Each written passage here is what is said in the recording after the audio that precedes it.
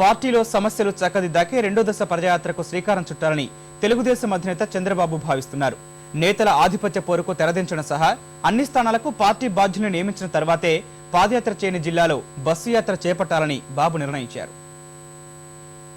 వస్తున్నా మీకోసం అంటూ అనేక జిల్లాల్ని చుట్టి వచ్చిన తెలుగుదేశం అధినేత చంద్రబాబు నాయుడు పాదయాత్ర చేయలేకపోయిన 6 జిల్లాల్లో బస్సు యాత్రకు సంకల్పించారు. వివిధ నియోజకవర్గాల్లో నేతల మధ్య భేదాభిప్రాయాలు తొలగించి మొత్తం 294 నియోజకవర్గాలకు పార్టీ బాధ్యులను నియమించాకే ఈ రెండో దశ ప్రజాయాత్ర చేపట్టాలని బాబు యోచిస్తున్నారు. పార్టీలో వర్గ విభేదాలపై దృష్టి సారించిన బాబు ముందుగా వాటిని పరిష్కరించి ప్రజల్లోకి వెళ్లేలా ప్రణాళికలు రూపొందించుకుంటున్నారు.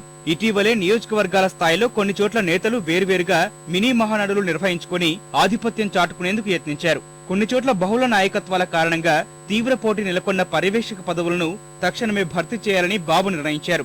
రోజూ సాయంత్రం ఆయన నివాసంలో నియోజకవర్గాల వారి సమీక్షలు చేపడుతూ సమస్యల పరిష్కారంపై దృష్టి సారించారు. నల్గొండ, అనంతపురం, ఖమ్మం, గుంటూరు, విశాఖపట్నం ఇతరత్రా జిల్లాల్లో సీనియర్ల మధ్య భేదాభిప్రాయాలు సత్వరం పరిష్కరించకపోతే భవిష్యత్తులో పార్టీకి ఇబ్బంది తప్పదని భావిస్తున్న అధినేత అందరినీ ఏకతాటిపైకి తీసుకురావడానికి యత్నిస్తున్నారు. అంతర్గత సమస్యలను పరిష్కరించడం ద్వారా పార్టీ శ్రేణుల్లో పునరుత్తేజం నింపి మళ్లీ ప్రజాక్షేత్రంలోకి వెళ్లేలా ప్రణాళిక సిద్ధం చేస్తున్నట్లు సమాచారం. వీలైతే జూలైలోగా ఈ కార్యక్రమాలన్నీ చక్కబెట్టి ఆ తర్వాతే బస్సు యాత్ర ప్రారంభించాలన్నది బాబు యోచనగా తెలుస్తోంది.